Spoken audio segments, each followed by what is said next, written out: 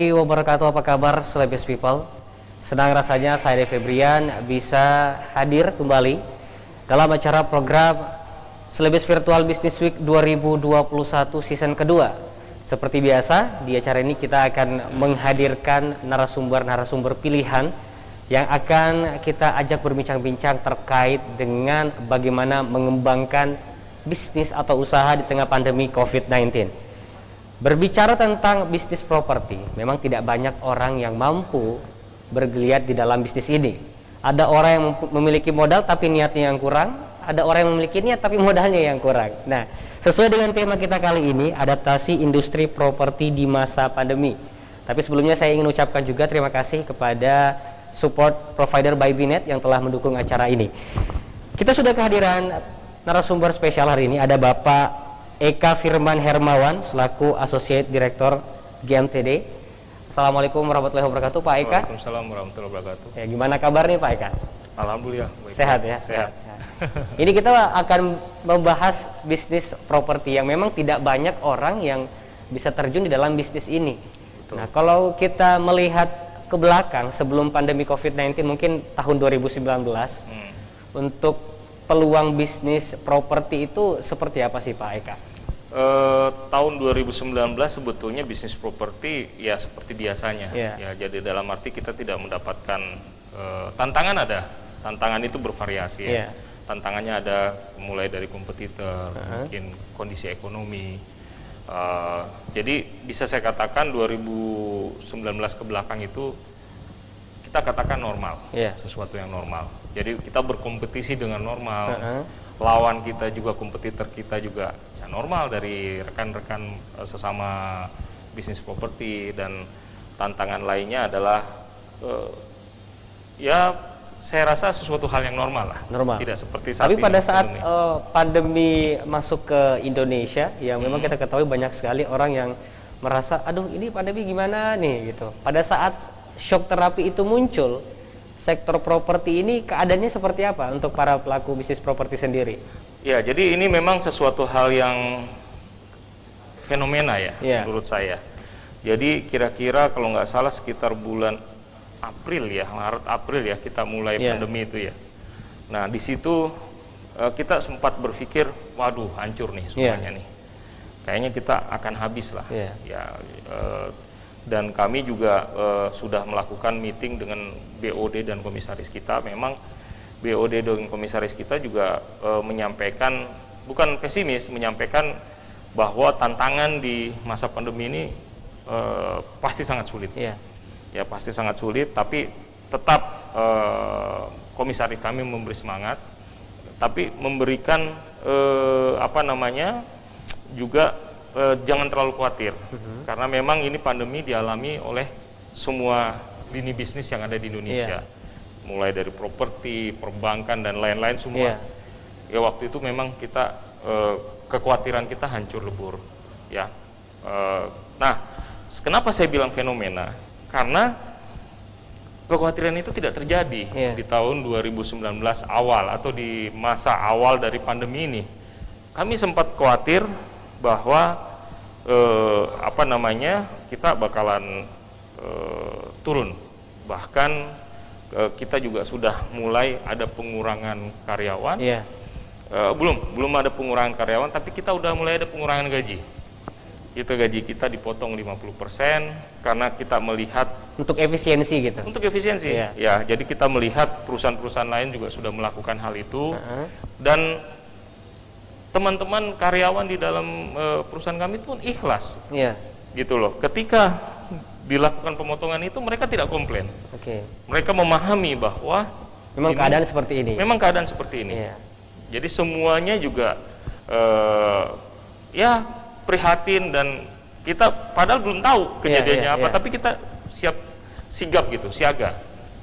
Nah, tadi saya kembali lagi, kita bilang kenapa saya sampaikan ini fenomena, karena pas kita sudah mulai, justru kita ini mendapatkan angin segar, dalam arti kita tahun lalu 2019 kita memasarkan hampir 600 unit rumah, dan sold out dalam 3 bulan. 3 bulan sudah habis? Iya, habis. Nah, inilah fenomena yang saya bilang, ketika kita siap-siap untuk drop, malah pemasaran kita Justru meningkat. Meningkat. Iya. 100% dari tahun 2019. Itu peningkatannya. Jadi kita sempat bingung. Nah, memang sempat ada bayangan seperti Krismon di tahun 2000 berapa ya, 97 98 ya, gitu ya. 98 di mana masyarakat di Kota Makassar ini di luar Jawa, di Pulau Jawa kena semua krisis moneter, tapi kita menikmati. Iya. Kita pikir fenomena ini yang terjadi, tapi bukan juga gitu loh. Dan ini terjadi di perusahaan-perusahaan tertentu, tidak hanya di properti saja. Ya salah satu contohnya perusahaan kayak motor antar delivery barang begitu segala macam. Mereka kan pikir mereka kan hancur ya. Supir-supir Gojek, Justru selama pandemi di awal juga merasakan seperti itu. Tapi pas ketika kita meluncing produk kita, memang produk kita biasa kita pasarkan yang di atas 500 juta. Nah, ini kita pasarkan coba menengah ke bawah. Dan itu sold out dalam penjualan 6 bulan 500 unit habis. Berarti selama masa pandemi di tahun 2020 untuk penjualan apakah memang masih seimbang, balance, ataukah memang ada masa di mana ini bulan yang paling sulit nih, ini masa yang paling sulit gitu? Emang ada gitu? 2020 apa 2021 sekarang? 2020 jalan ke 2021 kan pandemi. Jadi memang saya bilang awal pandemi sampai akhir tahun 2020 itu kita sukses besar. Sukses. Ya, bahkan saya bilang kita lebih tinggi dari tahun sebelumnya. Sebelum ada pandemi. Sebelum ada pandemi. Nah, memang kita merasakan sulit ini di masa PPKM saat ini. Nah, kita sempat berpikir paling kayak PSBB kemarin. Tapi betul-betul kali ini batasannya tuh kayak susah gitu. Susah ya. Tapi masih lebih tinggi daripada tahun 2019. Tapi jauh menurun dibanding tahun 2020.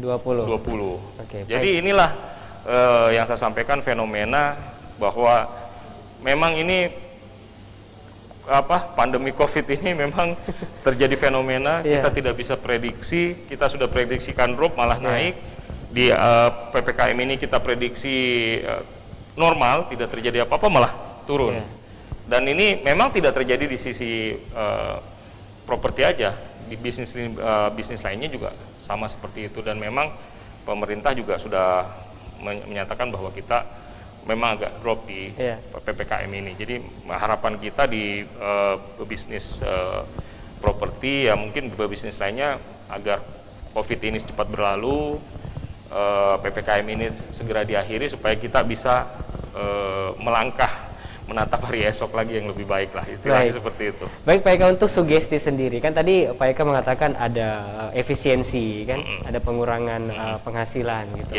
Otomatis kalau dari segi kinerja biasanya berpengaruh nih. Untuk mensugesti bahwa ayo kita fight itu dari Pak Eka sendiri waktu pandemi itu seperti apa? Tadi saya sudah katakan bahwa ketika perusahaan mengambil kebijakan pengurangan penghasilan itu, tidak ada satupun karyawan kita yang protes. Bukan karyawan aja, termasuk saya juga, semua di ini. Tapi mereka ikhlas, karena memang kondisinya seperti itu. Nah, cuman ketika kita mendapatkan untung, maksudnya berbalik, bukannya rugi malah untung, ya kita langsung memberhentikan kebijakan itu. Kita menormalkan kembali. Begitu kita menormalkan. Dan kita juga melakukan banyak CSR untuk menolong orang-orang yang tidak mampu. Aksi kepedulian gitu ya. Aksi kepedulian kita. Jadi kita lakukan vaksinasi dan lain-lain ya untuk merecovery lah, supaya cepat recovery. Kalau kecepat recovery-nya kan berarti bisnis kita juga bisa recovery dari masalah masalah krisis pandemi ini. Seperti itulah kira-kira. Baik. Jika kita berbicara di tahun 2021 yang memang agak jauh turun dibanding tahun 2020, kira-kira yang menjadi kendala pada saat itu seperti apa nih Pak Eka? Selain dari PPKM tadi? Selain PPKM ya memang selain dari PPKM tadi, memang kan tim kita juga selalu melakukan prokes ya. Saya aja di sekarang ini sudah 2 bulan saya nggak di kantor, saya selalu melakukan virtual. Dan kalau mau ketemu orang, kalau nggak penting-penting banget ya nggak ketemu. Kalau ketemu pun kita outdoor. Nah, ini yang dihadapi oleh sales dan marketing kita. Yeah. Jadi mereka juga melakukan inovasi melalui virtual, melalui online, apa segala macam, mereka promosi mereka di virtual. Kita lakukan segala upaya, inisiasi supaya bisa melewati pandemi ini. Jadi kita tidak menganggap pandemi ini, ya namanya kita berusaha ya, selalu ada tantangan. Nah, kali ini memang tantangannya memang lebih dahsyat atau lebih istimewa daripada tantangan-tantangan di 2019. Tapi 2019-2020 kok bisa? Dan komisaris dan BOD kami selalu memberi semangat bahwa di setiap pandemi, di setiap tantangan pasti ada celah. Pasti ada celah. Dan celah itu yang kita cari. Salah satu contohnya, ini cerita teman kontraktor. Dia mempunyai kapal tongkang ya. Ketika pandemi, semua kapal tongkang order-order itu berhenti, nggak ada. Tapi dia mencari celah karena kebetulan dia berusaha di Batam. Nah, kapal tongkang itu disewakan ke satu perusahaan yang mengisi pasir gitu, laut untuk diekspor ke negara tetangga di sebelahnya, Singapura. Gitu. Ini saya dengar cerita. Nah, biasanya Singapura itu mengambil dari Malaysia dengan mobil tronton. Ya, truk tronton masuk ke dalam terus kemudian dibuang pasirnya, tanahnya demikian untuk menimbun. Nah, sekarang karena pandemi itu truk tronton itu tidak boleh masuk karena diblokir. Akhirnya dia mengambil pasir tanah itu dari Batam melalui kapal tongkang itu. Jadi kapal tongkang ini dia taruh di sisi pantainya, dia bikin perjanjian ABK-nya apa segala macam, ketika sandar nggak boleh mendekat ke ini. Jadi kapal tongkangnya nanti yang ngambil eskavatornya dari orang-orang Singapura sendiri. Jadi ini contoh-contoh kesempatan seperti ini yang kita cari. Untuk menciptakan peluang begitu. Peluangnya. Nah, di properti saya juga tidak tahu kenapa begitu meningkat. Mungkin mereka berpikir, wah lebih aman kita memang membeli properti di saat sekarang ini. Dan kebetulan memang selama ini kami menjual harga di 500 ke atas. Nah, kita berbalik mencari inisiatif bagaimana caranya supaya kita tetap bisa untung di pandemi ini. Kita jual tanah-tanah kita yang agak sedikit di daerah Barombong setelah jembatan itu, supaya mencapai kemampuan masyarakat untuk membeli harga yang di antara 100. Makanya kita kembangkan yang di daerah belakang. Dan itu tadi saya bilang 500 unit rumah itu dalam pemasaran cuma 3 bulan, 4 bulan laku semua. Jika kita berbicara tentang properti, pasti larinya ini ke investasi. Nah, banyak juga orang mempertanyakan, bisnis properti ini adalah bisnis yang salah satu bisnis paling aman lah. Karena kalau kita berbicara aset, asetnya cukup stabil, apalagi di masa pandemi COVID-19 ini. Kira-kira yang menjadi ciri khas di bisnis properti ini dengan bisnis-bisnis lainnya, apa sih yang menjadi keunggulan di bisnis properti ini? Ya tadi seperti yang tadi saya bilang, ini aman karena asetnya nggak hilang. Dan cenderung aset kita itu meningkat harganya. Kalau kita beli tanah, beli rumah, itu harganya meningkat. Dari tahun ke tahun pasti akan naik. Dari tahun ke tahun, walaupun tidak terlalu tinggi, tapi pasti naik. Nggak mungkin turun. Dan ini terbukti di sini pada saat pandemi, ya orang berbondong-bondong membeli properti kita, gitu loh. Jadi ya, ini kita tidak perlu sampaikan lagi ke masyarakat. Masyarakat sudah tahu bahwa kalau membeli properti itu, ya resikonya sangat minim di masa-masa pandemi ini. Berarti untuk ketertarikan masyarakat untuk guide bisnis properti ini cukup tinggi gitu Pak? Cukup tinggi. Makanya inovasi yang tadi cuman tergantung inovasi pemasaran aja, anak-anak marketing ini bagaimana cara menginovasinya supaya mereka bisa menemui buyer mereka. Karena kan ini dibatasi ya. Nggak boleh ketemu orang apa segala macam. Kan beda tuh kalau kita ketemu langsung, cairnya enak gitu. Iya, betul. Tapi ya sekarang karena pembelinya juga bukan, tantangan ini tidak hanya dihadapi oleh sales kita. Pembeli pun dia juga takut ketemu orang kan. Jadi saling membutuhkan, mutualisme. Jadi dia mau beli rumah, tapi dia nggak mau keluar ketemu banyak orang, akhirnya klop. Sales kita juga dengan adanya PPKM, kita membatasi mereka untuk ketemu orang, ya akhirnya berjanji dengan virtual melalui Zoom atau video call dan lain-lain. Jadi sekarang pun rumah-rumah kita biasanya kita keluarkan flyers, tapi kita sekarang bikin bentuk-bentuk short video supaya bisa dikirimkan untuk mereka lihat. Baik, Pak Ika, kalau kita lihat kebijakan pemerintah nih Ya. Ini untuk support pemerintah ke bisnis properti ini sejauh ini kalau menurut pandangan Pak Ika seperti apa? Sangat bagus ya, sangat positif. Jadi memang selama ini urusan perizinan juga mudah sekali, tidak ada dipersulit. Bahkan yang terakhir yang baru-baru ini ada kebijakan pemerintah yang memberikan diskon untuk PBB sampai 30%. Oke. Ini bukti bahwa pemerintah sangat concern, sangat memperhatikan di bisnis properti ini. Karena ya saya tahu pasti pemerintah juga merasakan bagaimana kondisi keadaannya sekarang. Jadi pandemi, daya beli masyarakat juga turun. Apalagi sekarang ya di masa PPKM betul-betul daya beli itu menurun. Iya. Daya beli itu menurun. Ya mudah-mudahan PPKM ini tidak cepat segera selesai dan pandemi ini cepat berlalu supaya kita bisa normal lagi. Karena memang ini mungkin dikatakan orang sudah mulai lelah. Ya, kita risih gitu ya, bosan gitu. Dilihat dari tayangan-tayangan di TV juga, mereka terpaksa membuka warung-warungnya kalau mereka juga takut dengan COVID, betul. Tapi kalau dia nggak buka juga dia mati juga gitu loh. Akhirnya ada aparat-aparat keamanan, akhirnya mereka di lapangan bersih tegang. Itu kan bukti bahwa mereka sudah cukup lelah dan mereka, saya yakin mereka terpaksa melakukan itu. Dan kami pun begitu, menjual kami terpaksa melakukan inovasi-inovasi sehingga bisa dibeli oleh buyer-buyer kami. Baik. Itu yang kita lakukan. Baik, terima kasih Pak Ika. Kita tahan dulu, kita akan kembali melanjutkan perbincangan kita di segmen selanjutnya. Kita jeda dulu. Tetap bersama kami Selebes People.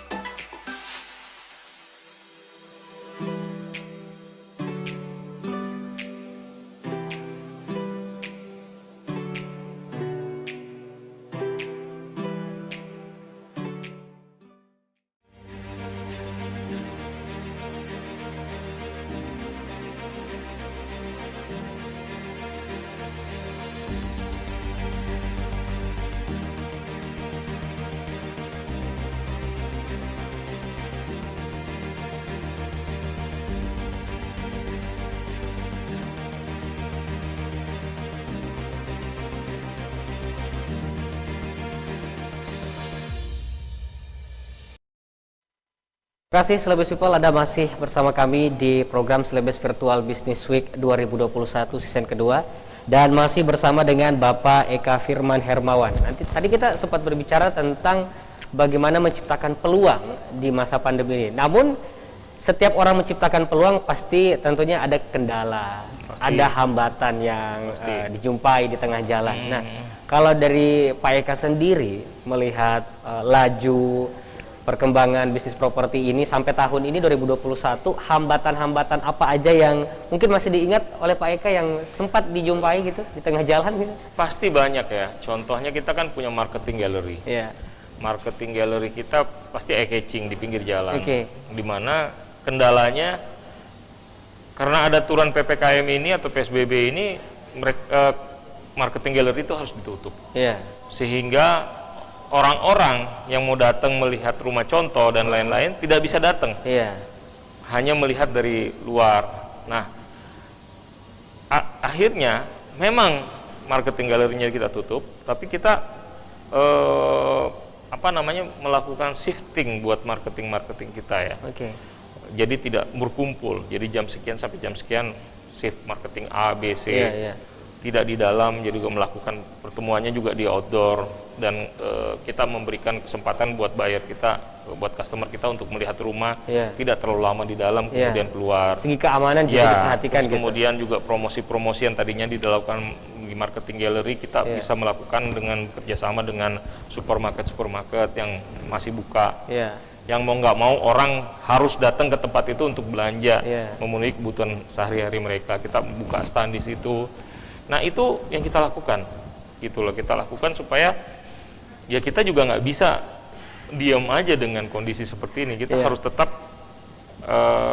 roda bisnis kita harus tetap berjalan, dan memang selalu inovasi-inovasi itu kita selalu cari bagaimana supaya kita bisa tetap mempertahankan bisnis kita di masa pandemi ini.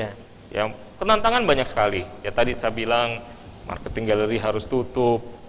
Terus udah gitu nggak boleh ketemu orang juga, lalu virtual. Nah, dan tapi ini sekali lagi memang kendala itu terjadi, tapi dirasakan, dipahami oleh masyarakat gitu loh. Baik oleh marketingnya sendiri atau dengan customer sendiri sama-sama memahami.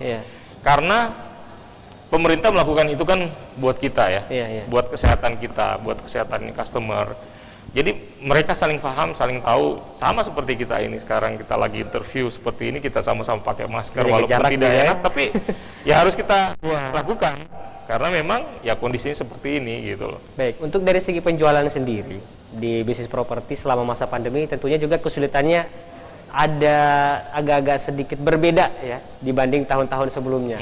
Harus ada virtual untuk menarik minat masyarakat juga untuk bisa membeli gitu ya.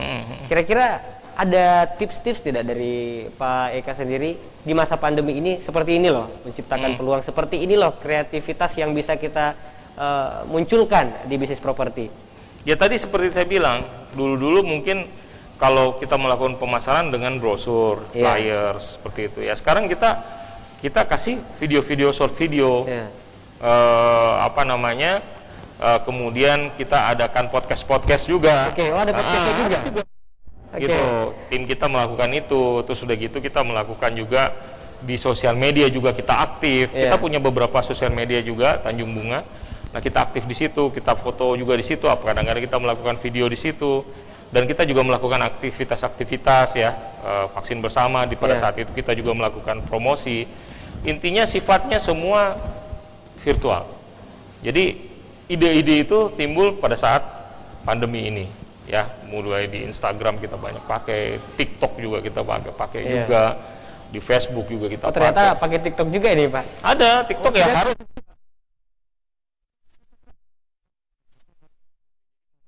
kita harus mengikuti ya. Jadi memang sosial media tersebut memang kan di saat pandemi ini menjulang ya, melejit. Nah, kita pakailah itu untuk mendompleng pemasaran kita untuk melakukan supaya ya produk kita bisa tetap jalan gitu. Baik, selain dengan cara virtual tadi, digitalisasi, kan kita juga harus tahu bahwa tidak semua masyarakat ini aktif di sosial media. Sosial media. Tidak semua aktif di digital. Bahkan ada orang yang memang masih ya bisa dikatakan gaptek lah ya, dengan teknologi. Nah, dengan masyarakat yang seperti itu, kira-kira sistem pemasaran apa yang paling cocok di masa pandemi ini?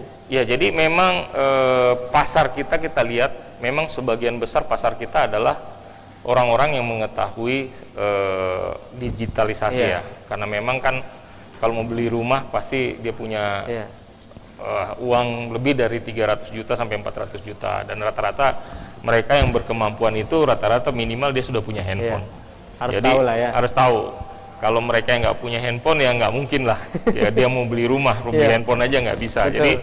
Jadi kita sasaran kita ya memang orang-orang yang ya paling nggak punya handphone lah. Punya handphone pun kadang-kadang masih gaptek istilahnya. Nah, paling kalau gaptek ya kita paling pakai SMS. Paling jelek itu kan SMS atau WhatsApp. Paling jadul lah istilahnya. Iya, paling jadul. Kalau masih nggak bisa SMS juga ya kita telepon langsung. Kita telepon langsung. Nah, pembeli juga dengan pandemi ini juga mereka makin inovasi juga. Yang tadinya mereka pakai cuman SMS, ya sekarang dia belajar WhatsApp. Akhirnya kalau sudah WhatsApp dia bisa melihat video. Atau sosial media lainnya. Ya contohnya ibu saya. Ibu saya tadinya pakai handphone cuman handphone sama SMS saja. Nah, selama ini jadi jago.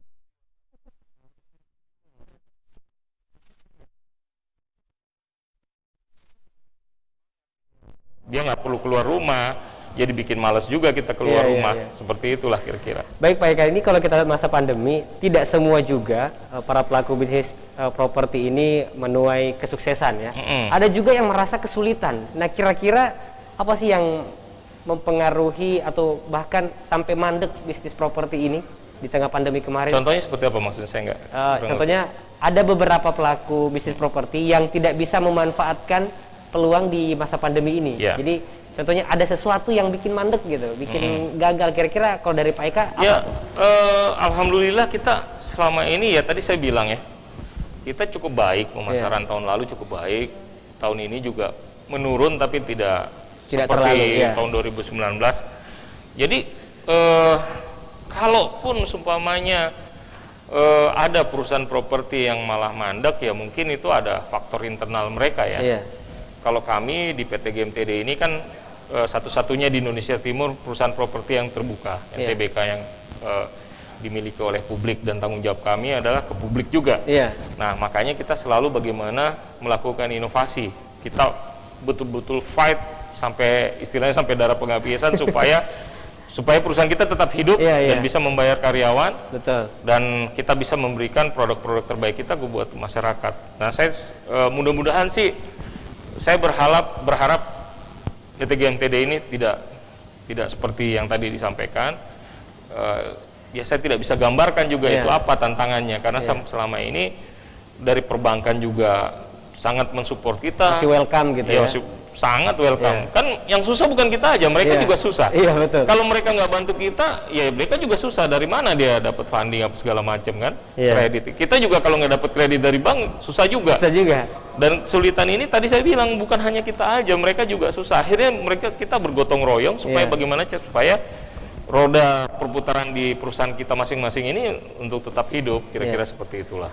Tadi saya sempat juga mendengar pernyataan dari Pak Eka, efisiensi. Nah, biasanya kan banyak orang seperti ini Pak Eka, mengefisiensikan modal, tapi ingin mempertahankan kualitas dan juga keuntungan. Nah, kalau dari Pak Eka sendiri, pada saat mengefisiensikan kemarin itu seperti apa untuk mempertahankan keuntungannya? Begini, karyawan itu kan kita anggap aset juga. Kita tidak mau melakukan semena-mena juga. Pimpinan-pimpinan kami seperti itu. Jadi waktu di awal kita mengalami pandemi itu memang kan kita shock ya, kita kaget. Wah, ini memang kita sempat rasakan menurun tuh. Nah, sebagai toleransi kita terhadap perusahaan, makanya perusahaan melakukan efisiensi itu dan kita karyawan juga welcome. Nah, tapi pada saat tengah perjalanan kan berjalan normal, malah lebih tinggi. Kebijakan itu langsung di stop. Dan kita lakukan secara normal lagi gitu loh. Ya tadi kenapa? Karena kita menganggap karyawan itu adalah aset. Aset dan memang kita harus memperlakukan ini sebagai aset gitu. Baik. Kalau seumpamanya kita melakukan efisiensi pengurangan juga, tapi apa namanya penjualan kita bagus, kan pasti karyawan juga tahu, gitu loh. Artinya terbuka gitu. Terbuka, dan perusahaan kami sangat fair, kan perusahaan terbuka. Iya, benar. Dengan masyarakat aja kita terbuka, apalagi dengan karyawan kita Betul sendiri, sekali. gitu loh. Jadi kita nggak pernah egois, kita efisiensi tapi mau untung lebih, nggak. Kita tahu lah, kan seiring target kita makin besar, pasti juga kita membutuhkan effort yang besar juga. Pasti cost juga akan tinggi, gitu loh. Berarti untuk kiat-kiat agar tetap bisa mempertahankan kualitas itu memang inovasi juga perlu, Inovasi selain dan optimisme gitu ya. Iya, inovasi dan optimisme kita dan semangat kita itu yang menghasilkan kita. Walaupun pandemi, sebenarnya ini pandemi cukup menggoyahkan hati, tapi Bukan cukup menggoyahkan, sangat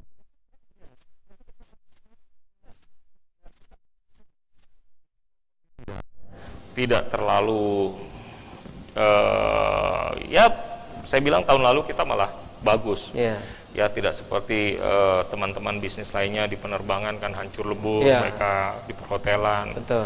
Itu keprihatinan kita sangat melihat ke sana juga. Makanya kita juga tidak egois, kita melakukan apa namanya kegiatan-kegiatan CSR juga untuk membantu supaya perekonomian ini cepat bangkit. Betul.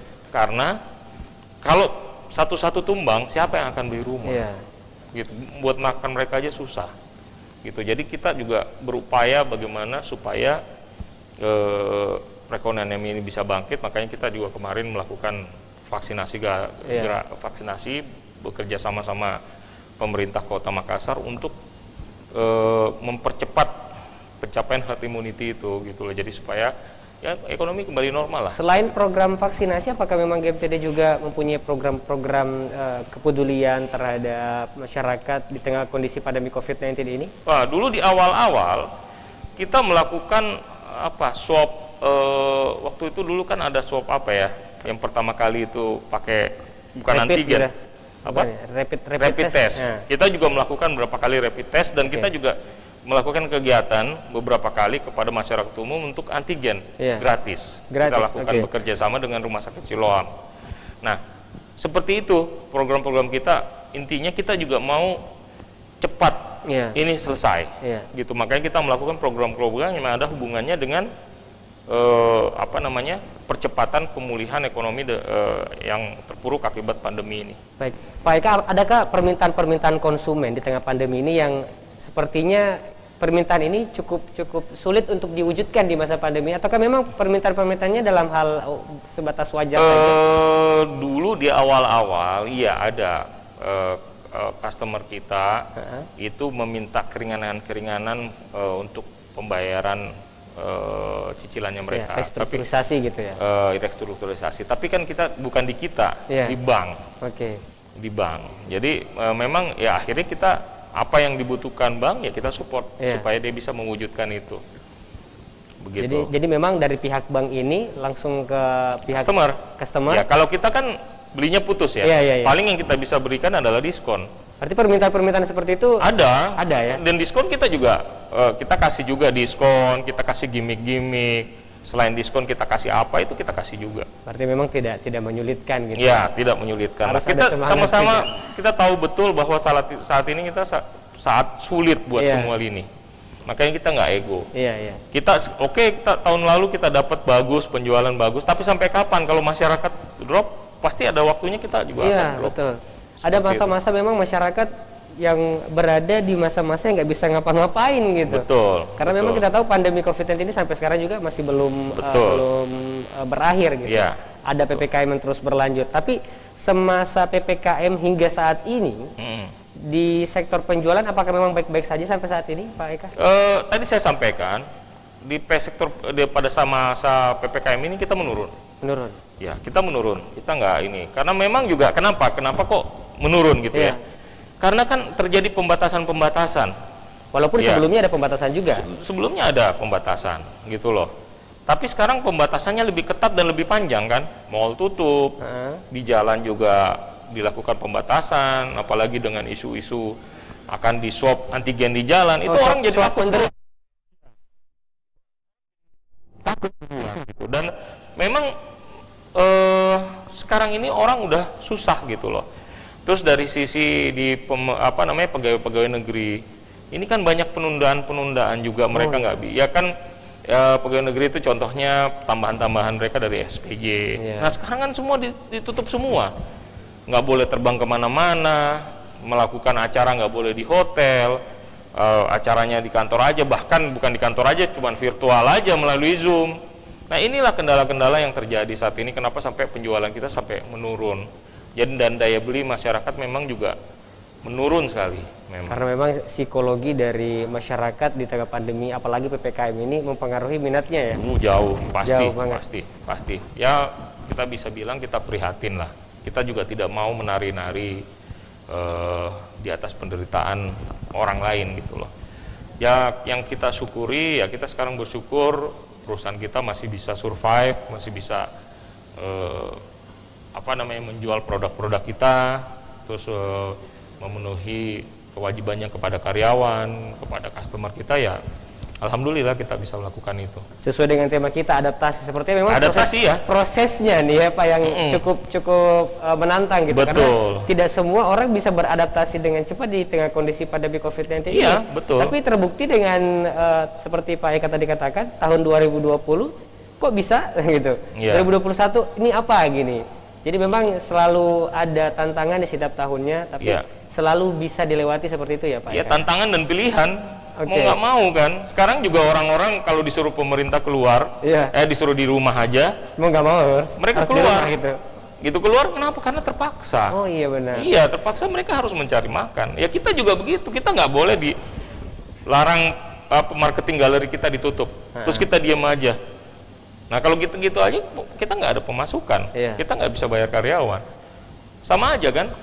Bukan kita memaksakan diri untuk keluar demo pemerintah, kita harus memikirkan inovasi bagaimana sih. Nah sekarang juga orang-orang kalau dilarang keluar, mereka tetap keluar, tapi mereka punya inovasi, pakai masker. Kalau dia lihat rame, mereka nggak mau datang ke tempat itu, gitu.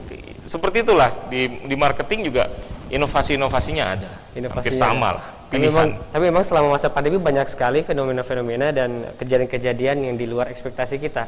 Bahkan saja di pinggir-pinggir jalan sudah marak mobil mewah yang ikut berjualan juga. Betul. Saya juga sempat bertanya-tanya, loh Pak ini kok Bapak dulu kerjanya apa? Dia bilang saya pengusaha besar gitu. Mobilnya mewah tapi kok sekarang jualannya kayak gini Pak, ya mau gimana lagi gitu. Nah kalau misalnya kondisinya sudah seperti itu, dari Pak Eka sendiri adakah strategi-strategi lah gitu yang bisa disampaikan kepada para pelaku bisnis di luar sana, di luar dari bisnis properti juga tentunya, untuk meningkatkan perekonomian mereka? Ya sebetulnya begini, kita tidak bisa hanya berpangku tangan yang kemudian hanya melihat kondisi pandemi ini, ya karena ini kan kita harus punya optimisme dan tetap spirit kita, semangat kita bahwa pandemi ini akan berlalu. Betul. Ya, kita kan kebetulan Muslim, ya kita tahu lah. Ada Allah juga sudah menjanjikan bahwa Dia tidak akan memberikan cobaan di luar kemampuan kita kan. Nah ini yang terjadi gitu loh. Jadi selain saya bilang spirit dan optimisme kita harus tinggi, gitu loh. Harus melakukan inovasi-inovasi supaya kita tidak terpuruk di pandemi ini. Dan itulah yang kita lakukan di dalam inovasi, optimisme, semangat kita tetap jalan gitu. Ya kemarin juga pas kita ada pemotongan penghasilan kita ikhlas. Terus kemudian dengan restu Allah juga kita bisa bangkit, bisa lebih-lebih. Ini kan suatu hal yang kita tidak ketahui ya. Tapi ya kita harus tetap semangat, penuh optimisme, dan kita tetap melakukan inovasi-inovasi. Berarti respon masyarakat pada saat perusahaan Pak Eka juga melakukan kegiatan kepedulian memang cukup tinggi gitu ya, bahwa ternyata di masa pandemi kepedulian juga, perhatian juga masih ada. Oh iya, kita pasti melakukan itu. Kita juga ya promosi kita kan tidak hanya di jualannya saja. Kita melakukan CSR juga, kita lakukan kegiatan-kegiatan supaya mereka cepat pulih, mencapai herd immunity sehingga ekonomi bisa pulih lagi. Dengan pulih lagi, orang pasti akan banyak beli rumah lagi. Intinya vaksinasi harus dipercepat lagi gitu dipercepat, ya Pak Eka. Dan kita PT GMTD karyawannya 100% sudah Sudah aman? Udah aman, sudah Tahap vaksinasi 1, semua. tahap 2 sudah ya? Mulai dari tukang sampah, kebersihan, security, sampai yang di belakang meja, semua sudah 100% sampai second vaksin sudah kita lakukan. 100% sudah aman. Sudah, gitu ya? sudah. Baik, Pak Eka, kita tahan lagi perbincangan kita masih akan kembali. Celebrity People, tetaplah bersama kami.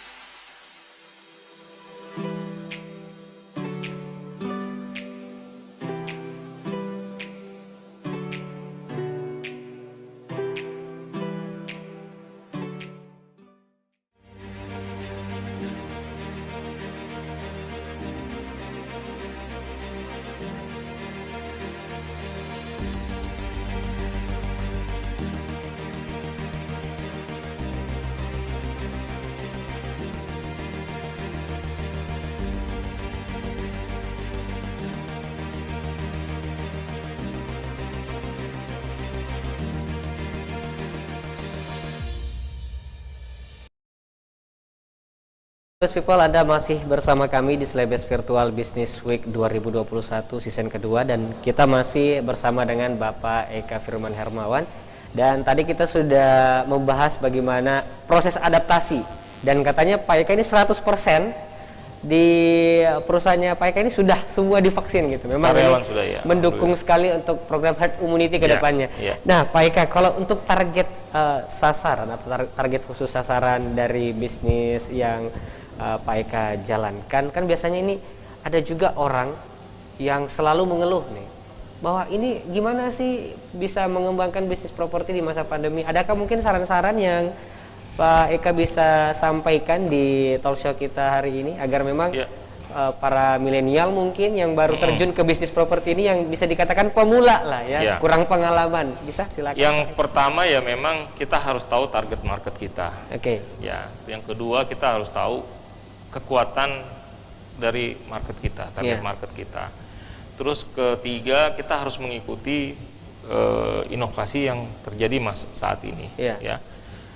Kalau kami contohnya, kita melakukan penjualan di daerah Barombong itu kenapa? Karena target kita ke masyarakat milenial. Masyarakat milenial ini ya pasti kemampuannya kita tahu berapa sampai berapa. Ya kita jual rumah disesuaikan dengan kemampuan mereka. Nah, bagaimana memasarkannya? Iya. Milenial ini sukanya apa? Iya. Nonton Instagram, menggunakan media sosial. Kita harus update. Iya.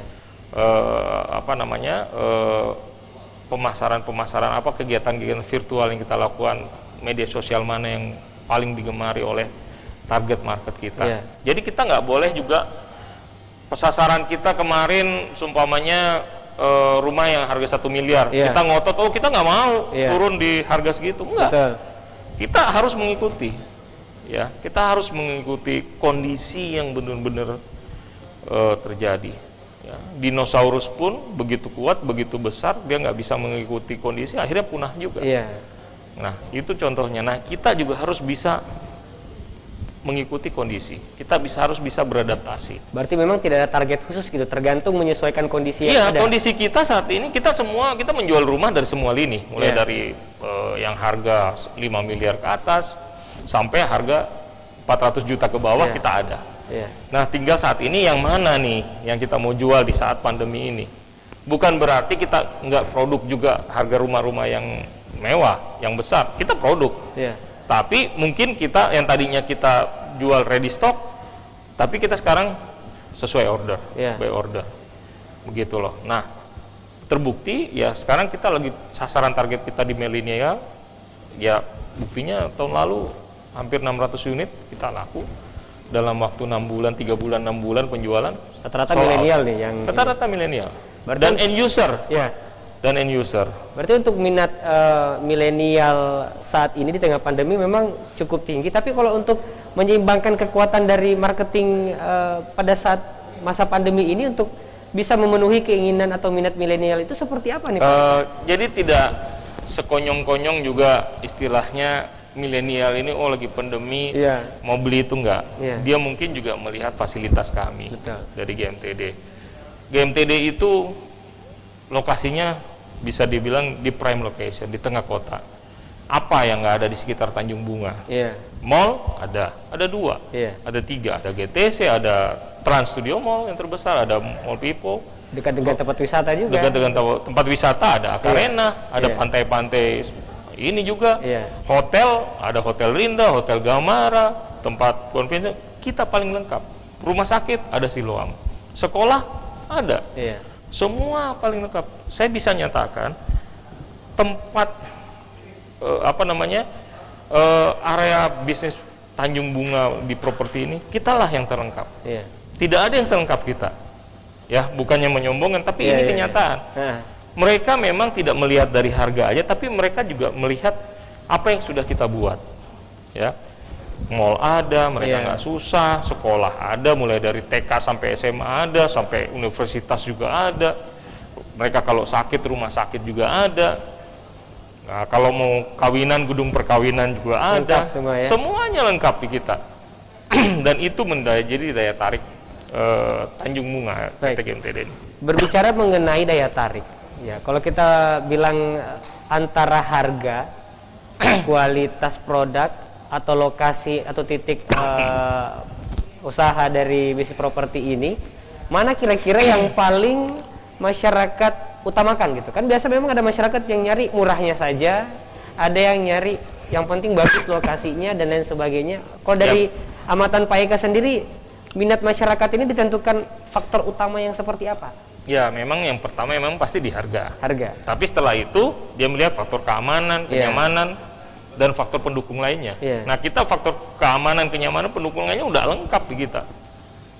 Semuanya ada. Iya. Dan keamanan, security kita 24 jam, di setiap klaster ada security-nya. Kenyamanan, petugas kebersihan kita setiap hari datang ngambilin sampah. Oke. Gitu loh.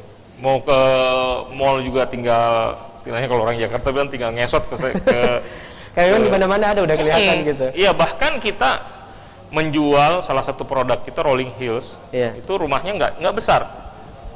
Rumah milenial memang, rumah ya bukan milenial, rumah zaman sekarang. Rumah zaman memang sekarang. Sederhana, simple gitu. bukan simpel, memang rumahnya bagus. Hmm. Rumahnya bagus ya, harganya di 900 sampai 1,5 Kompetitif lah ya M. harganya. Tapi lokasinya prime location, di sebelahnya Trans Mall persis. Rumahnya memang buat orang Makassar, oh kecil banget sih rumahnya Iya, iya. ini, nanti terima tamu di mana? Iya. Oh, terima tamu di mall Pak, kita terima. Iya. Iya kan? Jarang datang ke rumah Pak. Iya. Kecuali kalau yang Keluarga, resmi, ya. ada kawinan kita bikin tenda. Betul. Kalau mau ketemu teman janjiannya di mall, Di kafe gitu. di ya? kafe. Oke. Jadi ruang tamu kita di mall. Oke. Iya. Baik, Pak Eka, adakah pesan-pesan yang ingin Pak Eka sampaikan mungkin teruntuk Celebrity People dan rekan-rekan seperjuangan yang artinya berjalan di bisnis properti ini di masa pandemi, yang mungkin ada yang seperti Pak Eka, ada juga yang merasa terseok-seok juga di pandemi COVID-19 ini. Silakan Ya, pesan-pesannya. jadi pesan saya sih memang yang perlu kita diketahui bahwa pandemi ini tidak terjadi hanya di kelompok tertentu. Kita semua merasakan, ya. Kalau orang lain bisa menghadapi ini, kenapa kok ada yang terseok-seok? Yang terseok-seok ya contohlah yang bisa. Ya, tadi kita juga bilang alhamdulillah Tanjung Bunga termasuk properti yang bisa survive di masa pandemi ini. Ya, karena memang kita optimisme kita tetap tinggi, spirit kita tinggi, dan yang terakhir adalah inovasi dan adaptasi kita yang kita kedepankan untuk menghadapi pandemi ini.